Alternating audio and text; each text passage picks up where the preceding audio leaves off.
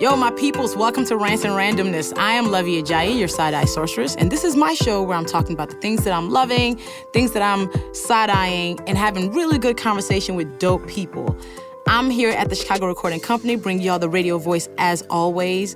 And on this episode, I'm going to talk about feeling good about the launch of the Do Better Academy, ranting about how we project our fears onto other people, and spotlighting Up in the Air Life, an amazing travel company. My interview is with purpose mover, game changer, Jovian Zayne, and it's going to be a really good show, so let's jump into it.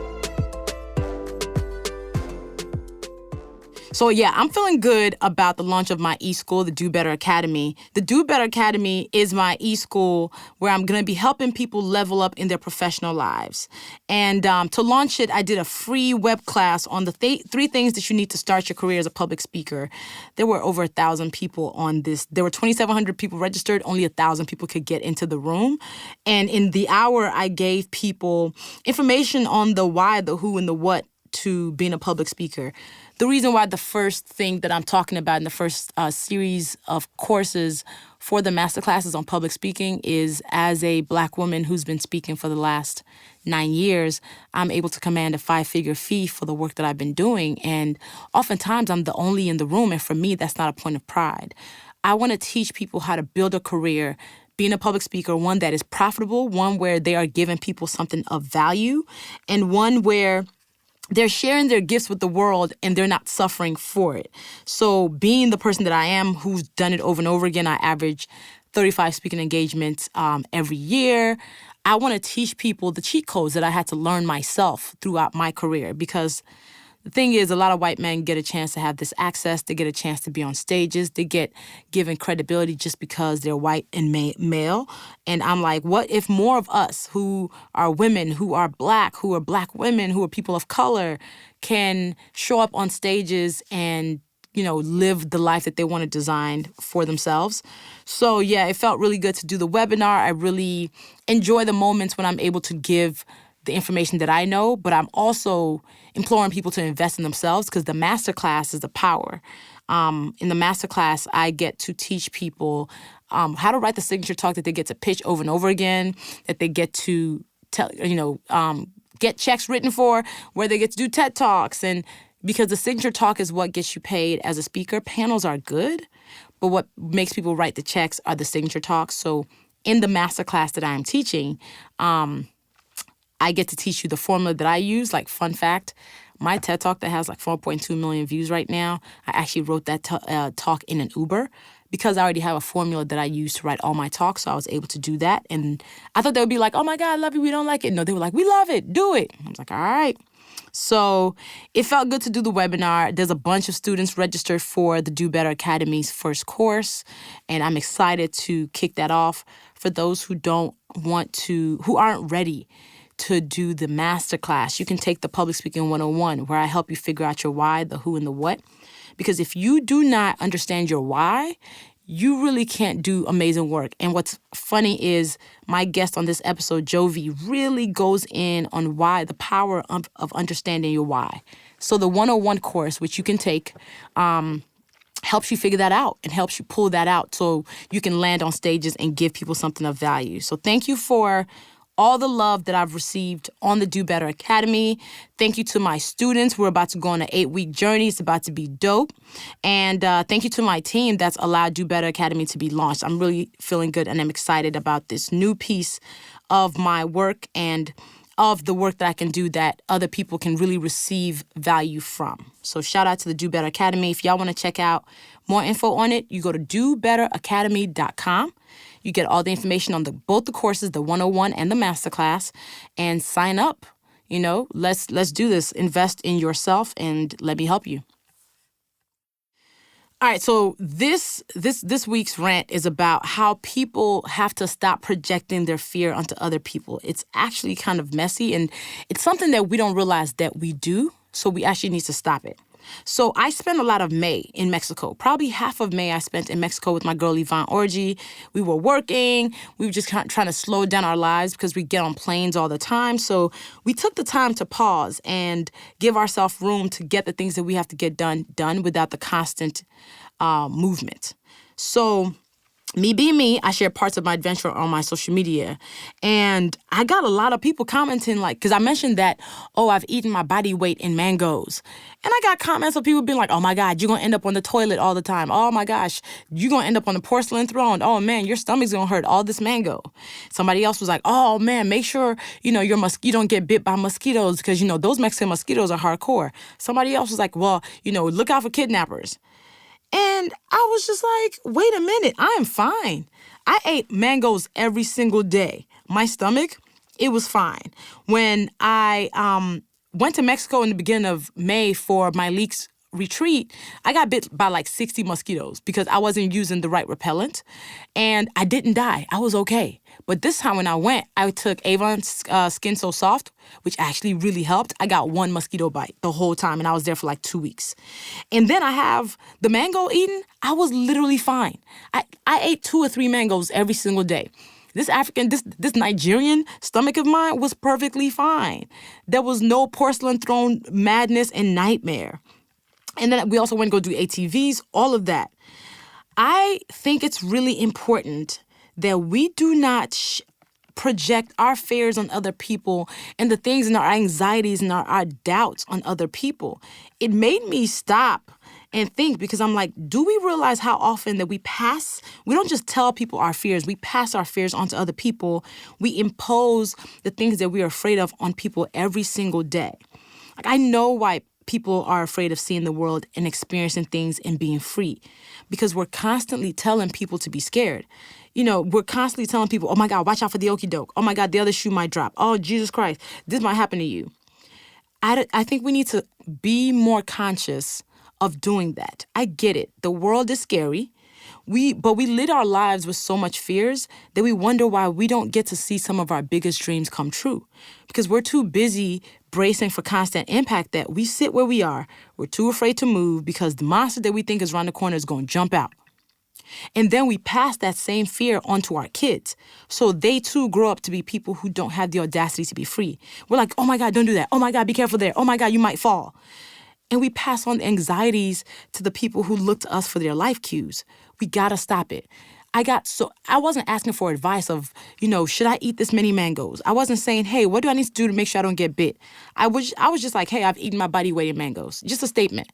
And folks was like, oh my God, your stomach is gonna hurt so bad. No, maybe your stomach hurt last time you ate mangoes. Mine does not have to, and mine did not. So I want us to be more conscious of this and be less fearful of the world. And I know there's a lot to be scared of, but you cannot constantly live thinking that everything is like it's a catch-22. You can't constantly think everything's gonna bite you. And I dedicated an entire post on Facebook and shared it to my egg. And people started understanding like, oh my God, I think I do this. Oh man, I think I've actually done this to somebody. It's why people don't tell you sometimes when they're traveling out the country because they're afraid you're going to be like, oh, I read the news and I heard this thing happen there. Wish them well. Just be like, stay safe and have a good time. You don't necessarily have to drop all the weight of your fears at their feet and then they pick it up. So many of us have picked up other people's fears for us that we don't even understand that the reason why we aren't doing the things that we want to do is because other people have told us not to. I loved the conversation that this brought up on my Instagram and on my Facebook and the comments people posted. People was talking about how, they said no to jobs because their parents were afraid for them and came back to regret it. They said no to opportunities because somebody was anxious on their behalf and they said no.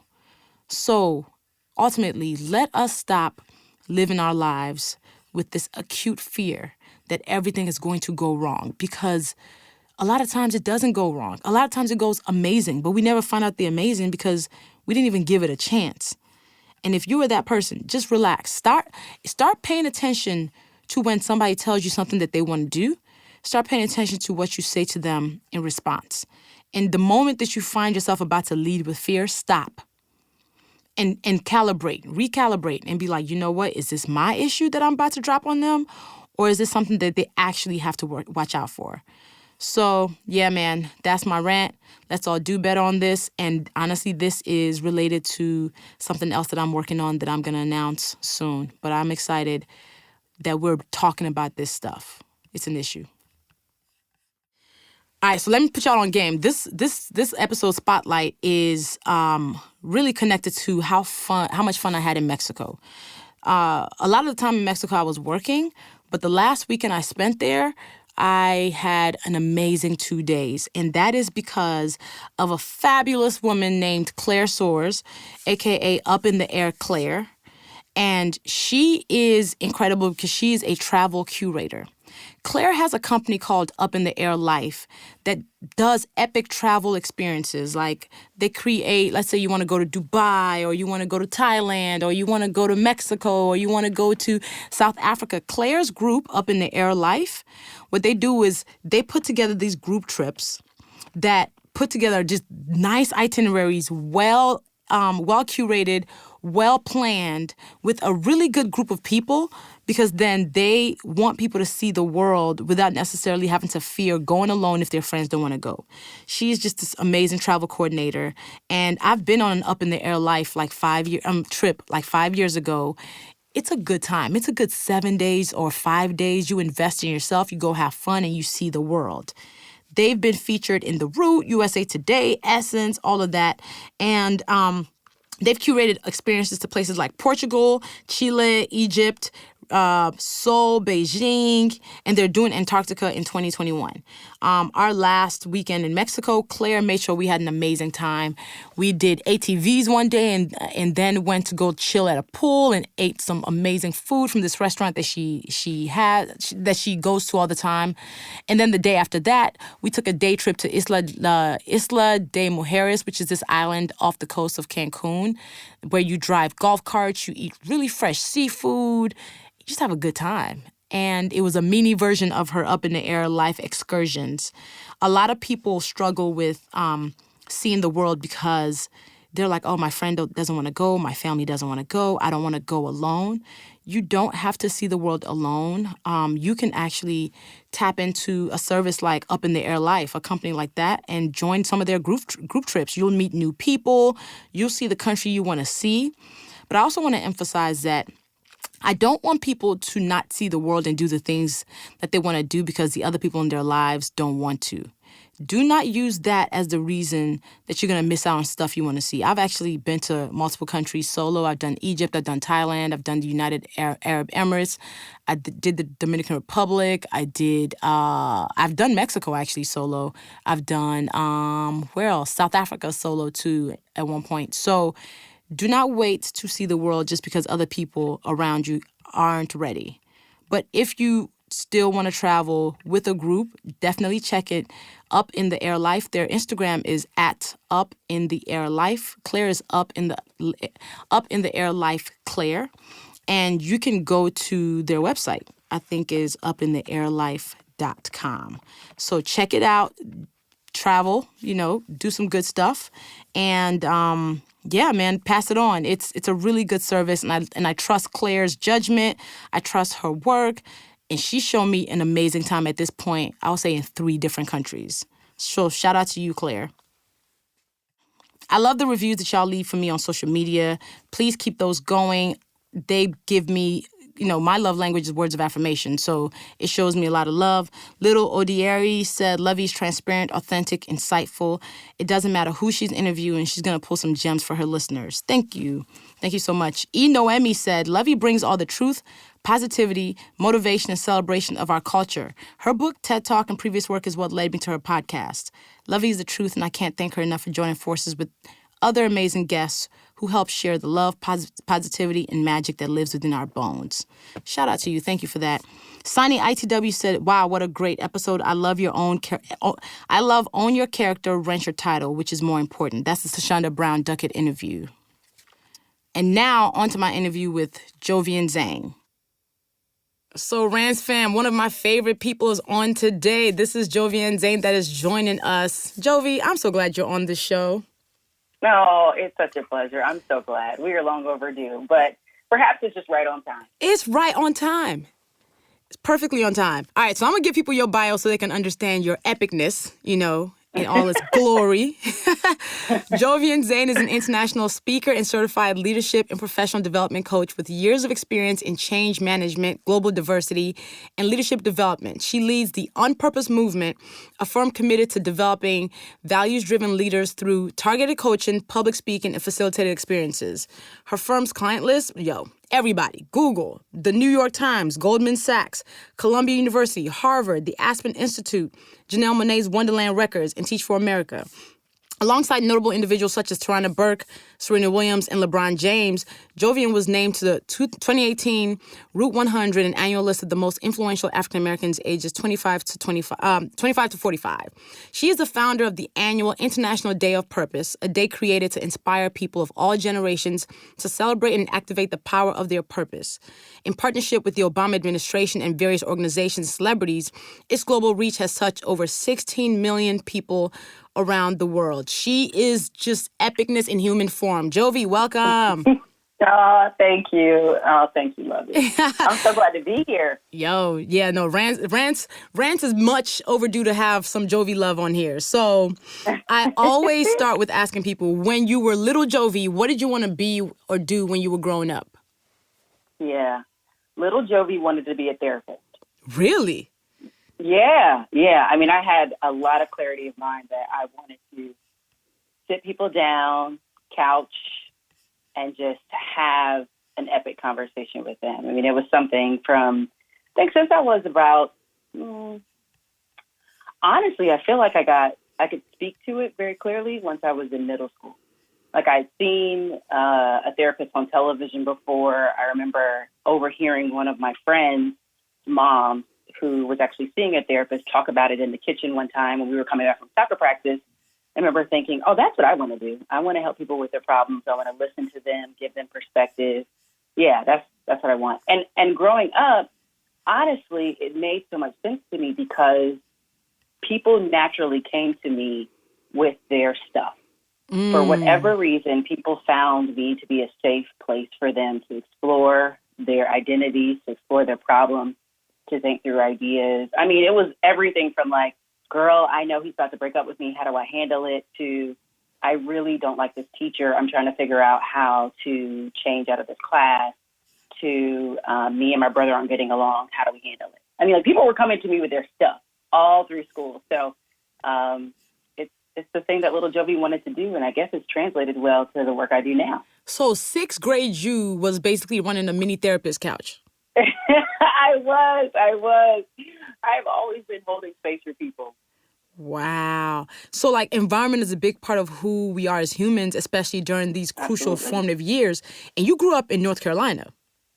I did. I always like to say I'm a Southern girl turned Big Apple biter. Well, now West Coast lover, but the South is certainly the place that birthed me and raised me. I was born in Texas, but I spent most of my formative years in the American South, between North Carolina and South Carolina. Yeah. So how do you think North Carolina played into that idea that you were the person who holds space for people? That is such a powerful question, and I'm going to answer it in reflection to a beautiful TED Talk by the incredible Thais Selassie, where she talks about this idea of challenging the notion of asking people, where are you from? Mm-hmm. Because for so many of us, that could be a loaded question, right? Yeah. And she invites us to approach that question from the angle of, where are you local to? Meaning that if you were to think about things from the standpoint of where you have rituals, restrictions, or relationships, it invites a much more open and transient kind of definition to explore the things and the environments that have helped to shape who you are. So for me, North Carolina certainly is a place that allowed me to North Carolina and South Carolina, that helped to form young Jovi because of the very important relationships that I saw. I mean, Luvvie, you know this, but I am the granddaughter of two Baptist pastors. Mm-hmm. So growing up, I saw incredible examples, and of course with their wives, my grandmothers, and other members of my family, I saw what it was like to hold space for people who were going through it. For the quote-unquote least of these. I saw what it was like I remember very candidly and specifically my grandfather on my dad's side, who we lovingly call Grada. I remember him getting up time and time again on Christmas Day where we would be opening presents and the phone would ring and somebody would have lost someone or somebody would be in the hospital. or some church member will be in crisis. And he would leave our, jubilant celebration to go see about members of the church. And I saw what that was like for someone to hold space, even when it wasn't convenient, how important it was to put someone before yourself. So being a product of that kind of environment really helps to shape the way that I understood the power of relationships and being there for people. I also say, the rituals of church, the rituals of family traditions, everything from like family talent shows to oh my goodness, having to do book reports and to talk through them, to soccer practices. I mean, there were tons of rituals that I had growing up from, grade school through college that the South helped to shape in me. And of course, I would also say restrictions, like there are certain things I couldn't do because I was in the South and I saw. I mean, I'm a young Black girl. Like, I identify as a cisgender Black woman now, but I was a cisgender Black girl growing up. And I was very well aware of who I was because of how often I was othered, how often I was the only Black girl in my classes, how often I was the only Black girl on my soccer teams, the traveling soccer teams. I mean, I played competitive soccer through college. And so, I mean, outside of one of my best friends, Jamila Seymour and Michelle Battle, sometimes when we were lucky enough to be on the same team, we would find comfort in each other, but I was used to being the other. And yet, Luvvie, this is the thing. And yet, there was something about the way that my parents helped me to understand who I was and who I was made to be, that I didn't adopt an identity of another in a way that made me to feel less than, outcasted, or not enough. Ooh. But it actually unleashed a sense of confidence, clarity, and competence in myself that that I won't just survive in spaces where I'm the only young Jovi, but that actually I am there for a reason, and there is a deeper human connection for me to make. Like, it's been a part of who I was since I was young. And, people see it in me now, and it's hard for people to pinpoint. But the truth is, like, this calling to invite people in to be in relationship with me, to, like, know that they can be in a safe space to be themselves, it's just been a part of me. And I think the South did have a lot to do with that. So that actually is a really powerful piece that I want to pull out. The idea that you were often the only, and instead of the usual of people kind of reducing themselves or diminishing themselves and feeling out of place and out of voice, you let it embolden you at a young age. I did. I will tell you this story I'll never forget. This is what I guess I've talked to at some other point as the conversation continues. But, people, the work I do now is all around purpose. And I think there are a few things that help us to understand our sense of why. And when I was in fifth grade, I was about 10 years old. I'll never forget, there was this kid named Junior Butcher. And Junior was the exact opposite of me. He grew up in a lower income area. I was growing up in middle income area. He was a white kid, obviously in Black. He was overweight. I wasn't overweight at the time. Amen, I'm not now, I don't believe. But right, he was overweight. And Junior was just trying to keep up, if you will. But he was an easy target for kids to pick, make fun of and to pick at and whatnot. And here I am. I think there may have been like maybe one or two other Black kids in this fifth grade class. But I remember knowing, I understood that I had somewhat of a social capital in the class, and that enough people liked me, the teacher liked me, I had relationships that mattered, quote unquote. And I remember one day being like, people have got to stop picking on Junior. This isn't cool. Like, this is not okay. And I went home and I couldn't stop thinking about it. I didn't have to talk to my brothers. I didn't talk to my mom and dad about it. I just had made up in my mind, I'm going to interrupt this system of bullying. I'm going to stop what's happening to Junior. And as much as I was afraid, because, you know how you talk about those jump out of the airplane moments where you feel like, oh, am I really about to do this? I remember the next day being like, am I about to do this? Am I about to, spend some of I'm not going to like put myself out there for the sake of this kid. But I knew I was. And through a series of very strategic house of card type moves, I remember talking to some friends over here and other friends over here and basically creating allyship around Junior and convincing other people we were going to leave him alone and that wasn't necessary anymore. I'll never forget that moment because I was proud isn't even the right word, but I think I actually was relieved when it was done and people weren't really messing with him anymore. I felt a sense of like a deep breath out of my body, like a deep sense of relief that I hadn't betrayed my heart, that I hadn't betrayed myself. That I hadn't betrayed my heart. That I hadn't betrayed my heart. Yeah. And so when I talk to people about this idea of understanding your why and purpose, I think there are a number of things that help people to get that clarity. And it's moments, what I would call this breadcrumb moment of potential betrayal that helps me to remember who I'm supposed to be. Like I'm supposed to invite people in. I'm supposed to help bridge gaps. I'm supposed to operate across lines of difference, whether that's political difference, social identity difference, and that there's a larger call for me to do that. And I'd be lying. If I say I haven't known that for a long time. I know not everybody may operate with that sense of clarity, but the truth is I have. And you I'm grateful that. for it. I've honored it. And I know that there's been a responsibility that's come with it that I think has been tapped back and been given to me from family. Again, back to like how I grew up, the relationships there and everything. I think growing up the way I did with my grandparents and seeing my grandfathers, my grandmothers, and my parents, it shaped me. I'm going to come back because there's a piece in that story that I want to pull out later or even after I ask this question, which is a piece that you used your privilege for good at such a young age.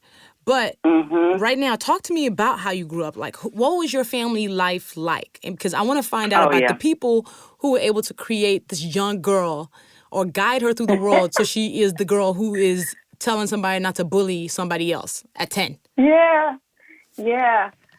Young Jovi grew up in the middle of two incredible brothers. So Nate is my older brother. Roman is my younger brother. I'm 3 years apart from both of them.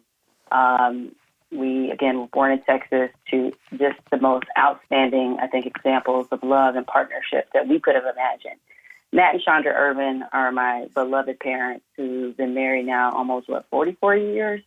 And I always say this, I think it's been kind of precarious over the past 2 years, but like we really were the Cosby Show.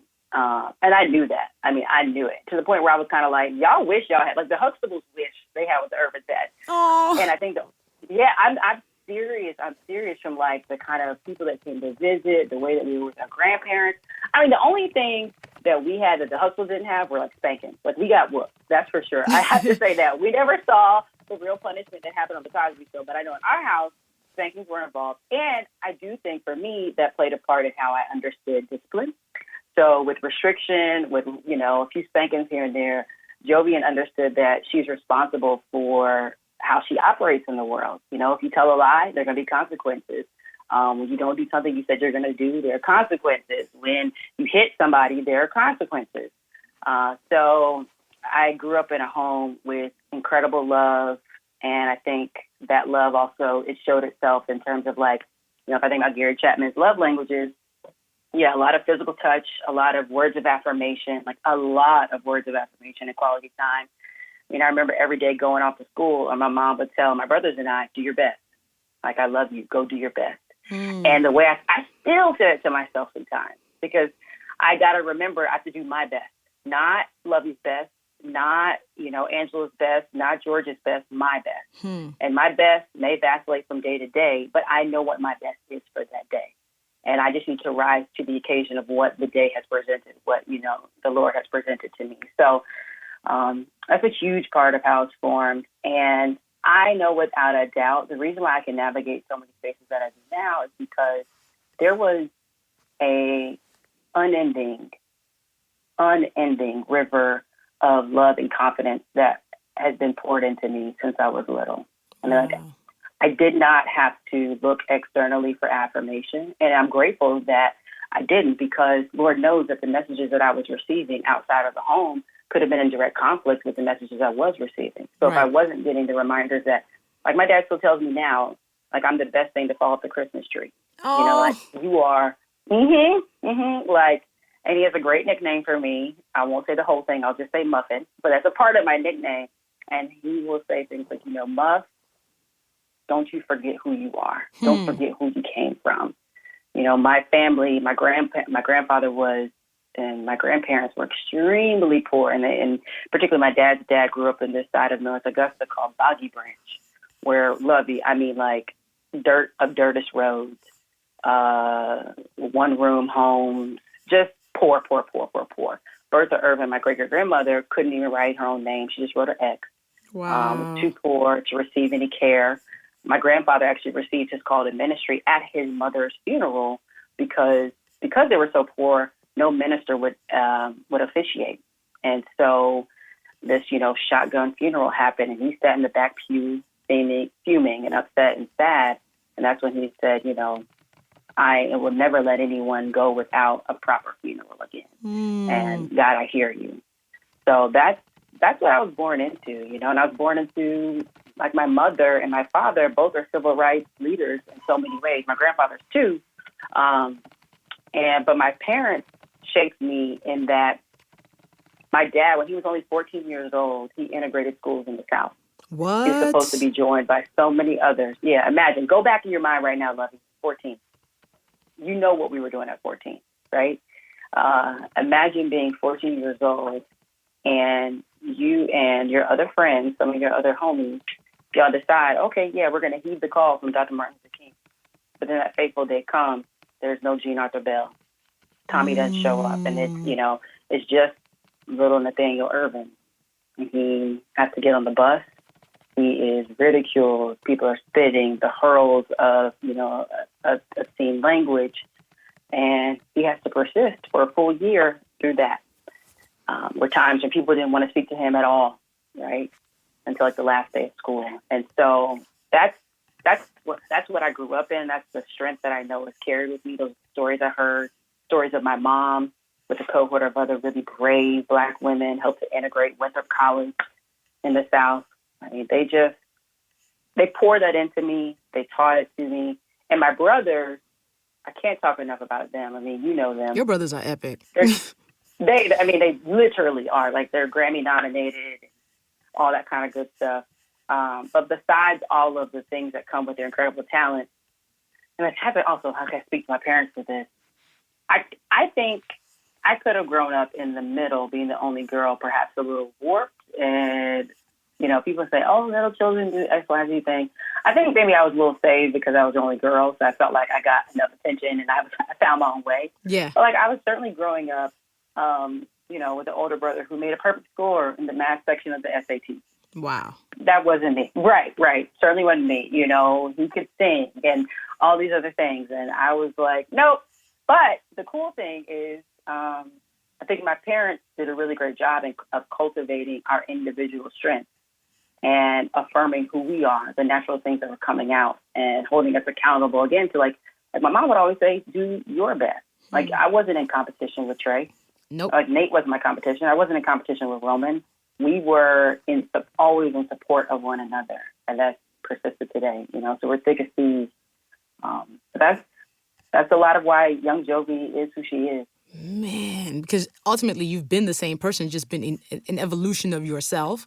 So you were owning your power, and you understood and acutely had this grasp of the power that you walked in every room with, which is a big part of people recognizing their privilege. So you understood your privilege from jump, which is why you were able to then be like, hey, even though I might be one of the few Black girls in this class, I'm actually popular. So I should probably use my popularity to say, you know, stop messing with Johnny.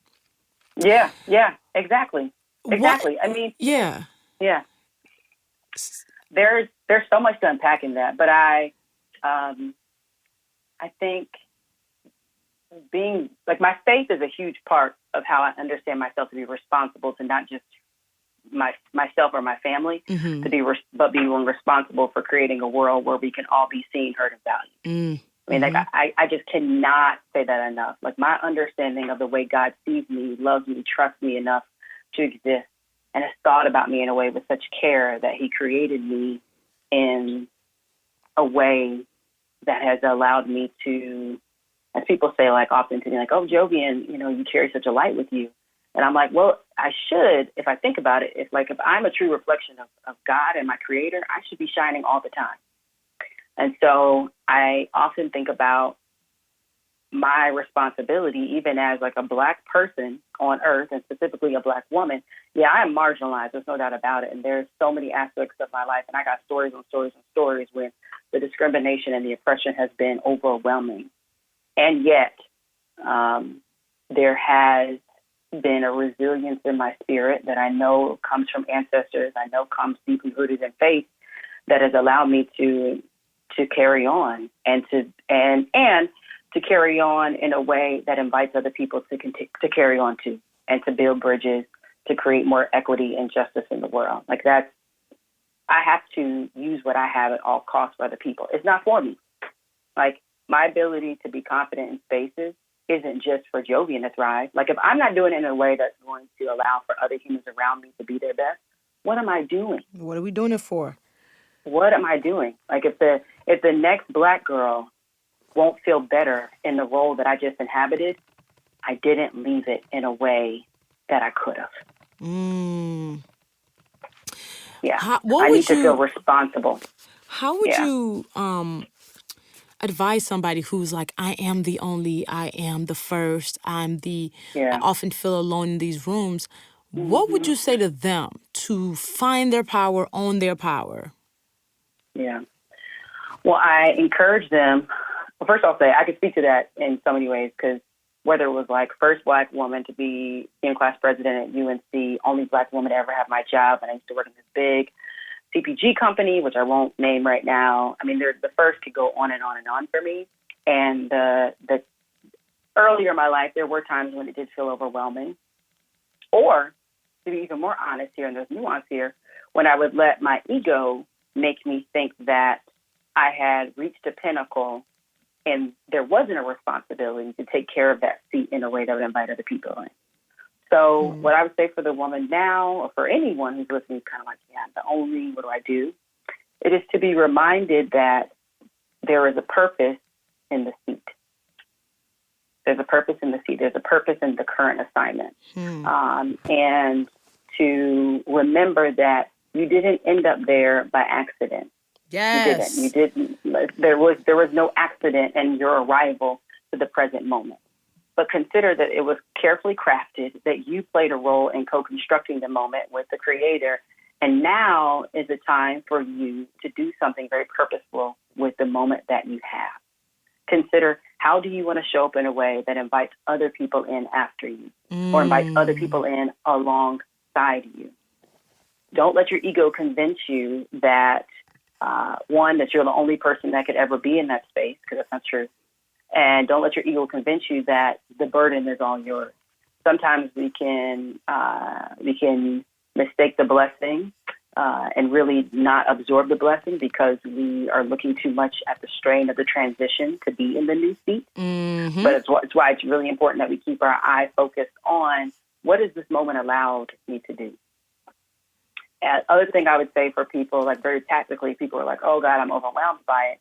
I mean, I think mindset is everything. But I also say, there are people around you that have to support you in keeping the right mindset to help you navigate. So for me, it's always been the right mentors, sponsors, advocates, family members, and friends. Like, I keep my circle tight and strong. You know this. And those are the people that I have to go to when my vision is blurry. When your vision is blurry. When my vision is blurry. And or when I need help taking out the trash. Ooh, that's so what I mean. Yeah. What I mean by that is there's a smog that we're always breathing in. The system of oppression that we exist in this world. I mean, it's a smog. And so no matter who you are, you're getting messages. And oftentimes those messages will conflict with a positive message of who you're supposed to be in the world. Yeah. I need help sometimes taking out the trash.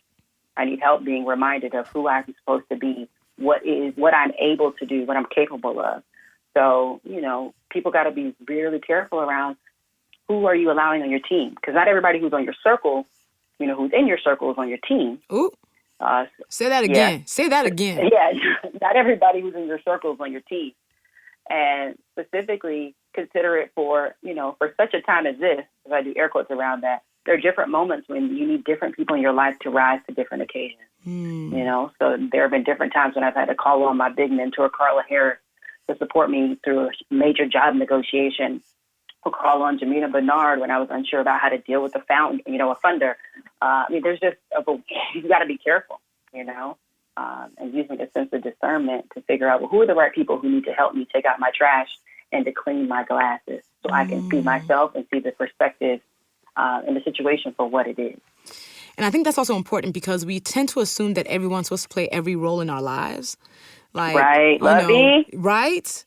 We think Right. we think every friend is supposed to be the mentor and the cheerleader and the child. Like, no, you got to have people for specific things. You do. And it's not fair. It's not fair to put everything on every person, you know, because everyone truly can't be everything for you. You got to be really careful around about who you go to for what kind of counsel and what moment. That's real. So when you went to college, what was your major? Psychology. Same. I was consistent. Same, friend. Same. Yeah, you know it. I started with it, left with it. I mean, I did. I started to fall in love with business towards the latter part of my college career. And that's because I was doing a lot of big student leadership stuff. I was president when I was at UNC. And so working within like student government and organizational systems and teams, I'd been doing that since I was in high school and all these extracurriculars, but it just got to the place where, you know, I was in meetings with like our provost and with the dean and all these things. And I was like, I belong here. Like I really felt I belong here. And I wanted to help navigate change through people. So you graduate with your psych degree. What was your first job out? I did. I graduated with my psych degree. I went on to get business certifications from Wake Forest at the time, Babcock School of Management and Business, their school of business in general. And the next step, is that what you asked? Like what I do then? What was your next job? Yeah. This is so crazy. Well, remember I was telling you I was in politics when I was in undergrad. So I actually thought in some way, shape, or form I was going to go into politics for real. So I moved to D.C. and started working with this organization called the Presidential Classroom. And that focused on civic education and leadership for students around the world. And I thought I was going to, in some way, shape, or form, like transition that into working on the Hill, like, you know, begin to meet people and build relationships in ways that allow me to, like, you know, pivot. But the closer proximity I got to government, the more I realized, government's not the route, business is the route. Which I say that now in hindsight, and I can say it very smoothly.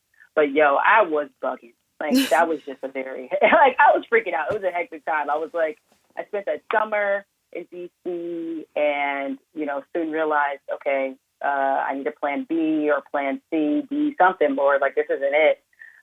Moved back home to North Carolina for a short stint to regroup. And, my mom, I love her. She was very gracious and, okay, Jovian, like, you know, everyone knew I was going to be okay. But I think they did the right thing in holding me accountable to, like, you're going to figure this out sooner than later, though. So, you know, when I was home for that short stint, they made sure, like, you better have a schedule. You better be talking to all these mentors. Right. I want you on your resume, like all that kind of stuff. And thankfully, I was able to kind of, you know, get my footing. And I moved into business. And I started working with a company named Black & Decker for a number of years where I was doing marketing. Yeah, I got my foot completely wet in the sales piece of the business and then the marketing side of the business. And that moved me from North Carolina to Atlanta. And this is when life got really interesting, really, really interesting. How so? Well, I went from being very confident to slowly feeling less of myself every day. And this was happening it was like a paradox because I was feeling less of myself every day while also in the first two roles that I had within the company, being seen as someone who was like very successful. I mean, I got promoted within like my first 6 or 7 months. And I will never forget, oh, God love you, come with me here. We had a parking lot at a Home Depot in Atlanta. And I was in my second role with the company, and I just got a phone call from a VP, and Jason was his name, and he said, Jovian, I know you're doing such good things. I'm really proud of you. Want to expand your territory and want to get you in a new position, and want to offer you this incredible marketing position in New York. And I literally said no. What? Like I just said no. I said no. And then the other side of my brain caught up quickly and was like, girl, you can't say that. I was like, oh, Jason, thank you so much for the opportunity. Just give me, I would love a few days to think about it, and I'll be back in touch. Hung up the phone, yelled and screamed like somebody was attacking me. Like, God, how could you do this to me? Why? I don't want to leave Atlanta. This is the worst thing that could ever happen to me. I mean, I was flipping out. Because at this time, I'm living in Atlanta. This is actually also the time when Wonderland was being started. So my brother and Janelle were beginning to work on the label and all this stuff. And I was using my experience in marketing to help. And I also had friends from Carolina there. So Atlanta, a transition from North Carolina to Atlanta is very smooth in some ways. Like, it's still the South, it's comfortable. But this idea of going to New York was just mind blowing. And I was like, oh, no, God, you out here tripping. Like, I am actually, I was talking to God like, I think the way you should talk to who you created you, like, y'all should have that kind of relationship. But I was talking to God like, oh, no, sir. I don't know what you thought, but this isn't it. I was so upset. I was just furious. I was like, how could you take away this comfort? But the truth is, and this is how, like, God, faith for me has just been such a big part of my existence. And I think about my relationship with God like my Joker card. Like, I just wear it on my head. Like, I'm out here. I'm good. It is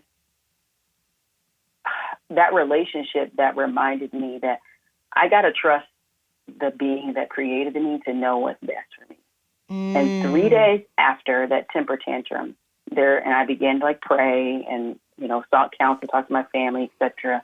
And I had 2 cousins come into town and we talked about it. And there was a peace that came over me that seriously surpassed all understanding. The Bible talks about this in Philippians 4 and 6 and 7. But if you are to, with prayer and supplication, present your request to God, and the peace of the Holy Spirit will transform your heart and mind through Christ Jesus. Yes. That is literally what happened to me. There's a peace that came over me that just like it was a veil. And the same Jovi who was flipping out about moving to Atlanta all of a sudden got really comfortable with this idea of going to New York. And I had no other reason to get comfortable except for God was like, girl, I got you. Wow. And because I'd even played out the scenario, which I often do sometimes. Like, okay, so what if I am disobedient? What if I don't do it? What if I betray my heart this time? And I played it out. I was like, oh, that's going to be bad. Like, I didn't even feel comfortable pretending or trying to be like, no, I'm just going to turn down the offer. Like, I just knew it would be the worst decision I could make. So I found myself in New York. And back to this earlier point where I mentioned this idea of me feeling less and less like myself. As much as I knew I was supposed to go to New York, I thought I was going for that job, but I'm grateful it wasn't just about that job. Like, it was so much more that happened to me once I got there. And thankfully so, because that last job was the worst job I've ever had in my life. Why? The worst. I've never felt more close to depression, more frustrated, a lack of confidence. I mean, there were times when I would literally get in my company car and just drive off and sit and cry and be like, God, why did you bring me up here? I knew I felt a peace about it, but I hate this work. There were times on the job where I dealt with sexual harassment. Because in the work that I was doing product research for these major commercial power tools, and I was working on ground zero at the time. I was going to the new Yankee Stadium build, and I was talking to contractors, understanding what they needed, so then it could be translated into marketing strategies, all this kind of stuff. I mean, the things that I saw, the stuff that I endured, I wouldn't wish on anyone. But I'm grateful I had the backbone and the fortitude to deal, but yet also know I didn't have to. And if I look back now, there are certainly things I would have done differently. But it was a really, really, really hard time. How did you get out of it? There was certainly an undercurrent of the grace of God that got me through. And I would say I knew after like being in a year of that job, because this was also context, I was like maybe the first or second Black woman to ever have the job that I had at the time. One of 7 women on a team of 300, like a much broader team. Like I remember going to a team conference being like, oh God, what is this? Like this is worse than I thought. And my manager and I didn't get along. She didn't trust me. I didn't trust her. I could tell she was intimidated by me. I didn't know why, which is, I've got stories on that for days, but it just was bad. And the big lesson I've learned is when you linger in a situation longer than you're called to, there is a price to pay. And that will likely have a price to pay. Yeah. And you can apply that when you think about romantic relationships, work relationships, etc. But one of the biggest prices is going to come in the form of confidence. Like there were insecurities starting to creep up in me, etc. Again, back to this point I made earlier around like you got to turn to your tribe, your circle, your village to help you take the trash out. It was a daily haul. I was grateful. I got introduced to through at the time, like I was beginning to explore anything because I was like, I got to get out of this job. And it was like this paradox of me knowing I got to get out of this job. And yet, Luvvie, I was operating with this great sense of fear. So I was like, oh my goodness, I'm in New York. First of all, I had this unfounded worry that my family would be disappointed in me. There was no evidence.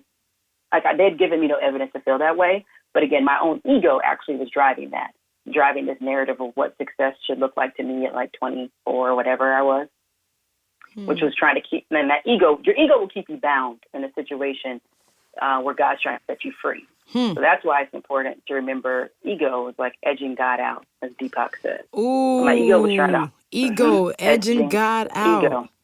Yep, edging God out. I also apply that in a way when I think about edging grace out.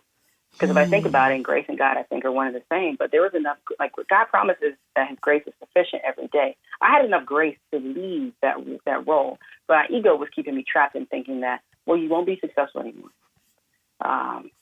That you're a failure. You didn't make it. And also this real fear of like, well, how am I going to pay rent? Facts, because real fears. Real fear. And it's New York rent. This ain't Atlanta rent. Atlanta rent is fun. New York rent is expensive. Girl, please, Atlanta rent, you could be like, oh, I got $50 on it. They'll hold your security deposit for like, I don't know, 15 months. Where in New York, they ask for basically your firstborn, everything you've ever done in life to get an apartment. I was flipping out. But again, back to the circle and the tribe, I had been in counsel and people were telling me to start to, helping me to remember who I was, the things I said I wanted to do, and that there are other options. So I started to think about business school.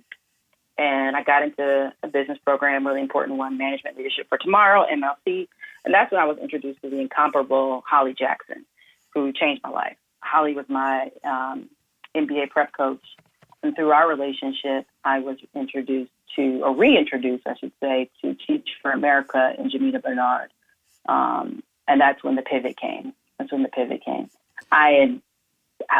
You asked specifically how I got out of it. Holly helped me to see that there was another route, and that my skills could be applied elsewhere. Because I couldn't communicate it. Like there are times when if you're not feeling confident in who you are, you're not feeling confident in what you've been doing, you can't communicate that to someone else. How like I wasn't going to be as competitive as I would have been trying to apply for a job. So thanks to them, they helped me to navigate to leave the company in a way that works for me, and then to find myself at Teach for America. Wow. So how did you start the Unpurposed movement? How did you start the firm and this thing that now is taking you all over the world to change lives and hearts? Yes. Yeah. So the On Purpose movement really came through my work at Teach for America. I mean, I had a pretty incredible career there. And you think about it, there are certain places where you will truly just be trying to survive and other places where you'll thrive. And I always coach and tell people now or advise people that you want to be very thoughtful around putting yourself in as many positions as possible where you are meant to thrive. And at TFA, for me, it's like I'd been a seed that had been covered, and that's where I could blossom. So I came on board in that organization, and I was able to translate all my marketing experience into and sales experience into development and strategy. So using all those skills and talents to like sell products that I didn't care about at all, which was like ripping my spirit, to doing work that I thought was meaningful, connected back to educational equity. And while I knew the organization had a lot of work to do, I felt very capable in my ability. Like I began to feel more capable of myself and my ability to make change there. So my own sense of purpose started to take root in a different way. So from development and strategy into the human capital side of things, which goes back to Jovi as a psychologist, right? Like wanting to coach and support people.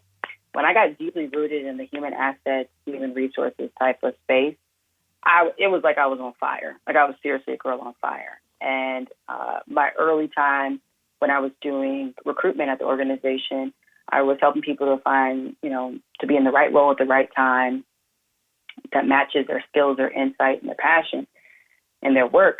That's when this whole sense of purpose doubled down for me. And it actually, Luvvie, aligned with my own journey. I'd been in the organization almost 2 years, and I remember I looked back at my Facebook page not too long ago, and I saw this. I was like, doggone it, I've been saying this. And I certainly know I wasn't the first person to ever use this phrase. I think this exploration of purpose has been with human existence as long as we can remember. But I've written on Facebook back in like 2010, I'm not going to be living by accident anymore. I'm going to live on purpose. Hey. And for me, I knew exactly what that meant. It meant that I was going to be intentional about how I show up and use my gifts, talents, skills, and abilities to encourage the human spirit. And that is the way that I understand my purpose now. My purpose is to encourage the human spirit. The assignment could look differently, but the purpose has stayed the same with me. That's the same purpose that made me make the decision to protect Junior Butcher. It's the same purpose that has been with me and that guided me when I needed to encourage my older cousin before our family talent show. I mean, that stuck with me. And it's the same purpose that when I was back again, that recruiter at CFA, to be honest with you, I didn't actually care if people came on board on staff. What I cared about when I was having these conversations was helping people to see themselves and to be ignited and to understand their strengths, their abilities, their gaps in areas for growth, and how they could navigate their careers in ways that would help them to come alive. That is what I cared most about. And so, I was killing it in my work. And a lot of that came because I loved it, but also I was helping people to really be more on purpose and intentional about how they were living. And so through that, I continued to grow in the organization, got to be senior leader and everything, and was running a big team. And I was taking other leaders on what we would call at the time leadership journeys, explorations, and all over the country. And at some point, I had been approached by some external companies, which is funny how I work, companies that are now my clients, to come and work for them full time. Again, back to my mentor circle, right? Advisors and whatnot. They were coaching and supporting me and figuring out, well, what role do you take? I knew it was time for me to leave the organization. Leave Teach for America. I was like 6 years at the time. And at this point, I think I was a managing director. And when I left, and it was an interesting transition time for the organization, I left knowing that I've got to be purposeful in how I continue to show up. And the Own Purpose movement was really born out of this one specific thing. I've been given an opportunity, Luvvie, to author, to be a part of an anthology called Lessons in Leadership. And I wrote a chapter on leading on purpose. And like true Jovi fashion, I celebrated in a big way. Like I had a whole book party, and it was also like the second coming of Jovi. I mean, I'd been in New York now, I think 6-7 years. And I thought about I'm getting ready to leave the organization. I want to continue to do all this work I've been doing on the side. Because of course, while I was a recruiter, I was also beginning to build up clientele externally. And so I celebrated like the second coming. And that night, I'll never forget, everything was on purpose. It was like eat on purpose, read on purpose, connect on purpose. I did this big, coming out keynote and everything. And my good friend Koza, the next day, we had gone to lunch. He was like, yo, that was so lit. Like everything was on purpose. He was like, and I'm talking to a black man. And he's saying how much that touched him and it changed him and it shifted the way he wanted to think about how he showed up. He was like, everything needs to be on purpose in my life. And I was like, you're right. And so that was like the beginning of me really doubling down on my own, business. And to be honest with you, Luvvie, I didn't anticipate it would be what it is now. I also, while I was a lot of purpose, like a lot of purpose things. Exactly. I'm continuing to build up my clientele, but I also was looking for something else full time. But this is why a lesson I would give anyone is you got to be quiet enough and still enough to pay attention to the signs that have already been given to you. Because if I had been honest, God had text messaged me with clarity and been like, I'm calling you into entrepreneurship. I mean, it was as clear as day, but he had to make it even more clear where everywhere that I, went back to apply, like places that have been trying to recruit me and poach me for years, all of a sudden, like I'd get to the final round and then like the job would be closed or like, Wow. Jovian, we love you, but like, we don't need more funding for the position or whatever. And so I had at this point to run my own business. That's so I was incredible. like, okay, you're right. And so the same places where I was looking, they're now clients. Come on. Look, you were in those hallowed halls, okay? And now you are I was coming in and getting paid and then having to bounce and go touch other people in terms of your message. So you have On Purpose Day is coming up, the International Day of Purpose. And I want people to know about this and participate because it's really inspiring for everyone to collectively come together on one day to talk about their why. Yeah. I mean, the Day of Purpose was born, after I continued to work with clients. I think I had gone through my own kind of wrestling with understanding my why. And I was at dinner with a great friend, Ty Beauchamp. Love her. Dear big sis, right? Like just incredible soul. And I was telling her just how I was basically on fire. I was jittering the whole time we were talking. I was like, oh, Ty, I keep seeing this trend where people are feeling more frustrated with not knowing why they're doing what they do. And I just want to encourage people to be their best on purpose. I'm like, I feel like we should celebrate it. And she was like, well, when are you going to celebrate it? How, is there a day already? Like, what do you want to do? And I was like, I don't know. And she would not, I wasn't eating. She also wouldn't let me rest. She was like, let's research right now. So I'm beginning to research while we're at dinner, food getting cold. Like, is there a day already? Like, how can we celebrate? How can more people be excited about the power of understanding their purpose? And next thing you know, I look up, there is no day. She's like, buy it. Buy the domain right now. We're going to work on trademarking, but get to this. And so within like 24 hours, it was bought. I was working with a lawyer to try to, get trademarked, everything. And it just blew up. Like I for the first 3 months when Day of Purpose was being born, I barely slept. I was a woman on a mission. I was so clear. I was so excited because this whole idea of what would happen if everyone in the world was living on purpose, I just kept thinking about my own answer to that question. And what couldn't shake me was the clarity that life would be better. We would be more accountable to one another. There would be unending positive change. There would be a freedom, a clarity, and a confidence that so many of us would be able to walk with that we don't when we are more concerned about being liked by other people or being like someone else. Those are two major distractions from people understanding their own personal sense of why and being connected and committed to it. So, the day was born out of that, and it happens every year on the summer solstice. And what better day, I always say, than the longest day of the year, for sunshine, than to think about the power of your why and to reconnect to it. And so we invite people to always go to dayofpurpose.org, spend time, reflecting on what are your unique possibilities for your life. What's the assignment you're on right now? People are always like, well, Jovian, how should I celebrate? And I always pose the question back to them. Of course, I have tons of examples and ways. And I mean, you can do things like, Amber in San Francisco who hosts a yoga class, or you could be like Samki in South Africa who is using her skills and talents as a financial advisor to host a workshop on like wealth on purpose, teaching people to be more connected to understanding their personal wealth and development. But it also could be something as simple as like downloading our purpose packet, walking through it, getting some reflection questions. It could be writing a letter of intention to yourself and a letter of encouragement to somebody else. Yes. It could be making that doctor's appointment that you've been putting off. Because Lord knows it's really hard for you to be on purpose if you're not taking care of your body. Facts. Right? Facts. Exactly. So there's a myriad of things for people to do, but definitely we encourage you to go to dayofpurpose.org. Get, advice from us. Also, if you run a company, a small business, think about how you as a leader are leveraging that day to remind the people who are reporting into you, who are working with you, why do you lead the way you lead? What is it that you do? What brought you to the work and what's keeping you in the work? Like, it's an incredible day for people to double down on their values and to be very transparent and forthcoming and communicating those to their consumers and to their clients and to their partners and to their team.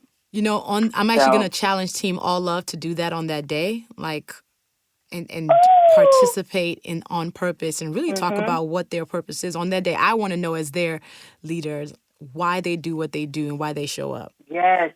I feel the same way. And can I say this, Luvvie? I know lots of people ask me this question. They always say, "Well, Jovian, how do you help people find their purpose?" If people are feeling like, "What's my purpose?" Let me tell them.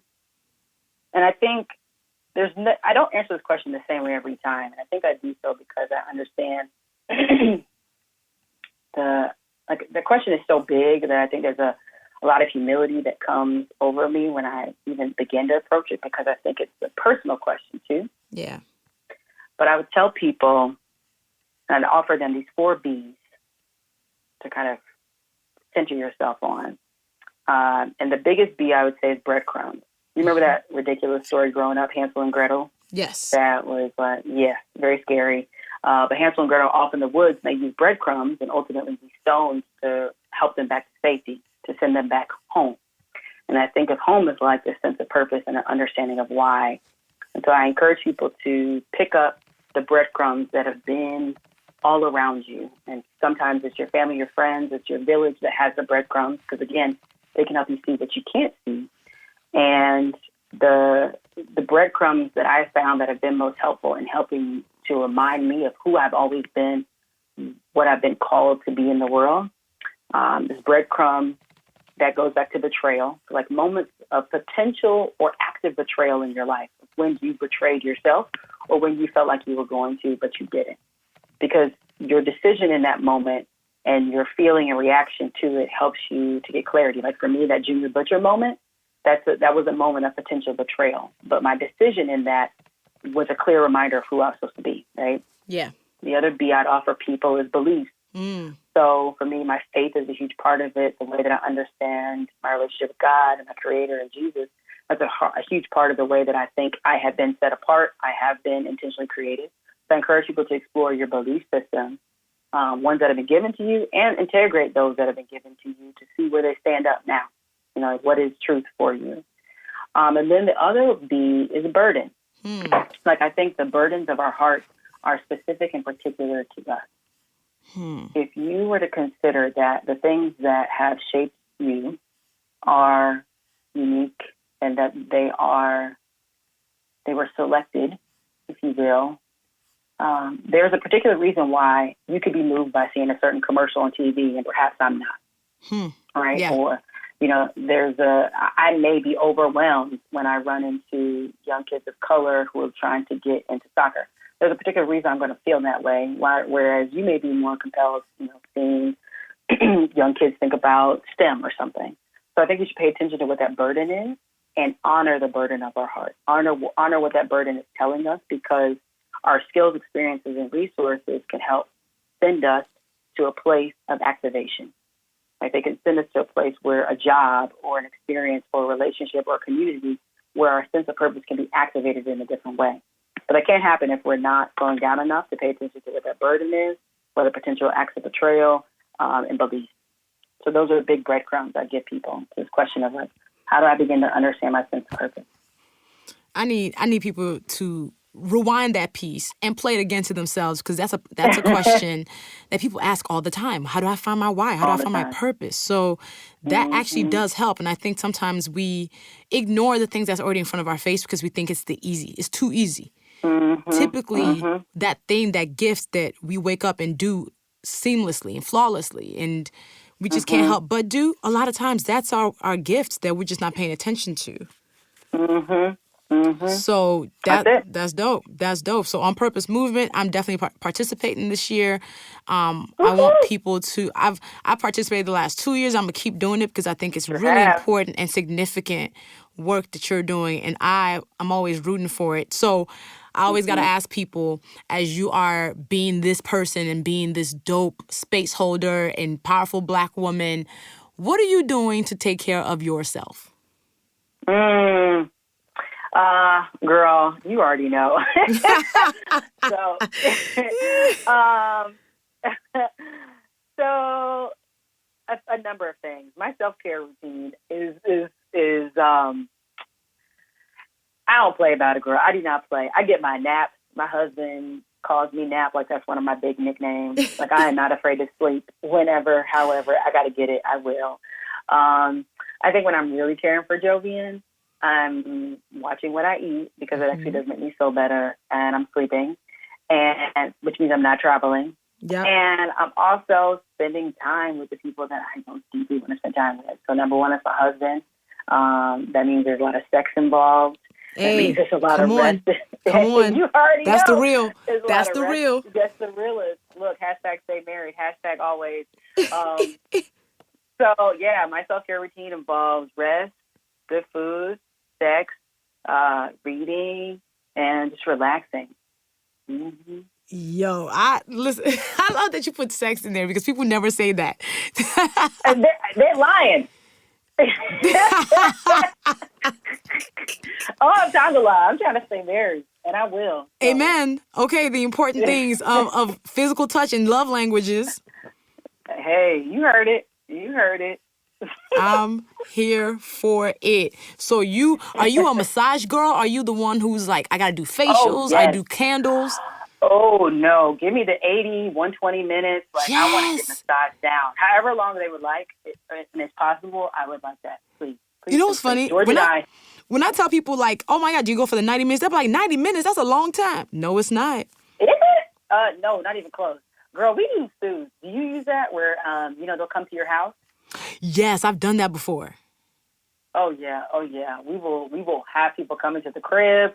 We'll have the music set up. That means, like, that's even better to me sometimes because, like, I don't physically want to go somewhere. Like, just come on over and, we get to use the same people. It's just great. Mm-hmm. So you enjoy the couples massage in the house? Oh, yes. We'll do a couples massage in house or wherever we are. Airbnb, studio houses. We'll get it. Oh, yeah. Yo, we might go get a massage today. Why are you playing? What's today? Yep. Mm-hmm. Listen, I'm overdue, and you actually just inspired me to be like, yo, you know what? Maybe tonight maybe I'm gonna order one of those services to come to the crib and give us a rub down. Yes. You need to go ahead and get it, girl. It's amazing. Oh, other part of our self-care is really important. George and I are very, we don't play about our date night. So we have a date night every Friday. If for whatever reason we can't do it Friday because there's certain schedule stuff, we still do it. So that also is important. I mean, keeping that routine and honoring our marriage, our love, making sure we are keeping each other as a priority is really important. That's clutch because I think we do kind of forget all of that. We forget ourselves. We just run around like headless chickens. So headless chickens, girl. Headless chickens. I'm working on it because I know I'm on headless chicken mode right now. So you just inspired me. You are. I am, girl. You are. We're gonna talk later about your portfolio allocations right now. Girl, my portfolio. Might be out of whack. My portfolio allocation is all out of whack right now. Tashonda will roast me. I actually haven't talked to Tashonda. She's one of my mentors who I'll like check in with, and she'll be like, "How's your portfolio right now?" If I have to tell you what my portfolio is, it's trash. So I got to recalibrate my portfolio. So I got to do that. I got to do that. So we're going to catch up so you can hold me accountable. Because, y'all, Jovi holds me accountable. She's the one who's like, ma'am, what is going on? I will. People don't know. You and I, we have the talks that other people don't want to have. Yes. In moments of crisis, you already know what it is. I'm like, you're one of the first people I call in the moments of crisis. Because I'm like, if there's one person who can give me perspective and also hold me accountable for who I'm supposed to be, Jovian Zayne is that girl. And I'm so glad I can do that for you, Luvvie, and I'm glad you can do it for me. Just because, there are other people who've done it for us forever, who just have held us accountable to being who we are supposed to be in the world. Like, and I say to everybody, like, you're not like everybody else. It's just it. And everybody can take that same message. If you consider the power of your uniqueness, you should take yourself more seriously. Like, we should all be taking ourselves more seriously in a way that makes sure that, like, we rise to the occasion of our purpose. I say I had this, like, really important revelation in the shower, which is all of where my good revelations come from. As everybody's good revelations come through. You be solving life problems in the shower, yeah. Girl, that water streaming down is like a cleansing vibe. But I had this this thing hit me. The Bible talks about to whom much is given, much is required. And I remember thinking, well, what if it's just, I've always thought about that in terms of like gifts and resources, money or whatever. But what if it's about purpose? Like to whom purpose is given, purpose is required. And if we all are given a sense of purpose, that is the thing that is most required of us. And so I encourage people through that, like that is what's most required of us, each and every one of us, to double down on an understanding of ourselves and to be intentional in how we show up. Like take yourself seriously enough, take your creator seriously enough to not play games with the time that you have. Like I just believe each of us is too important. We've been gifted too much. And we just matter. We just matter. I want everyone to be reminded that they're worthy of being seen. And I think you're seen most clearly when you're really in touch with who God's called you to be. That's real. That's real. I affirm that. I hold that. I'm going to use that as a reminder because you already, I got a lot to process, yo. I got a lot to process. Like, you always be dropping the gems. I'm like, I got to pick that up, put it in my bag, take it with me.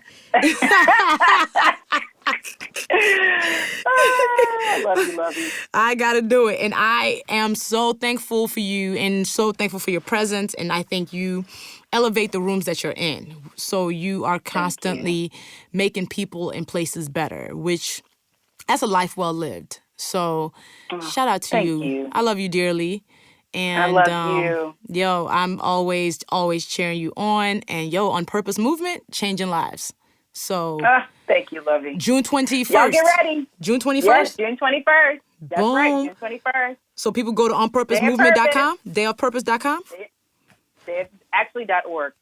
But then they can go to both. We bought everything. But go to dayofpurpose.org if you want to get the direct link. And get everything that you could think about in relationship to the International Day of Purpose. And seriously, no matter where you are in the world, whether you are in Kuwait, there's actually programming in Kuwait. Wow. If you are in Miami, if you are in Belize, we got something for you. So virtual, in person, let's do it. Bet. All right. Thank you so much for dropping these gems and spending some time with me on Rants. You're welcome. It's a pleasure. Bye, love. And I'll call you later. Bye. Bye. Hey, shout out to Jovian Zayne for joining me. She is living on purpose and inspiring, teaching, and using her platform to help others do the same. Please follow her on social media and get your purpose on. She is Jovian Zayne on Instagram. That's JOVIANZAYNE. Follow Jovi. She's the truth, okay? Much love to Chicago Recording Company for partnering with me on this podcast. And subscribe to Rants and Randomness on Apple Podcasts, Spotify, SoundCloud, wherever you get it. Please rate it because if you leave a review, it just might be featured on the show. And follow the podcast on social media. On Twitter, we are at Rants Randomness. On Instagram, Rants and Randomness. So if you have any questions for me, any feedback, any love, feel free to send it to loveyrants@gmail.com. And as always, you can follow me on social media. I am at Luvvie everywhere. That's LUVVIE. I'll see y'all on the next episode.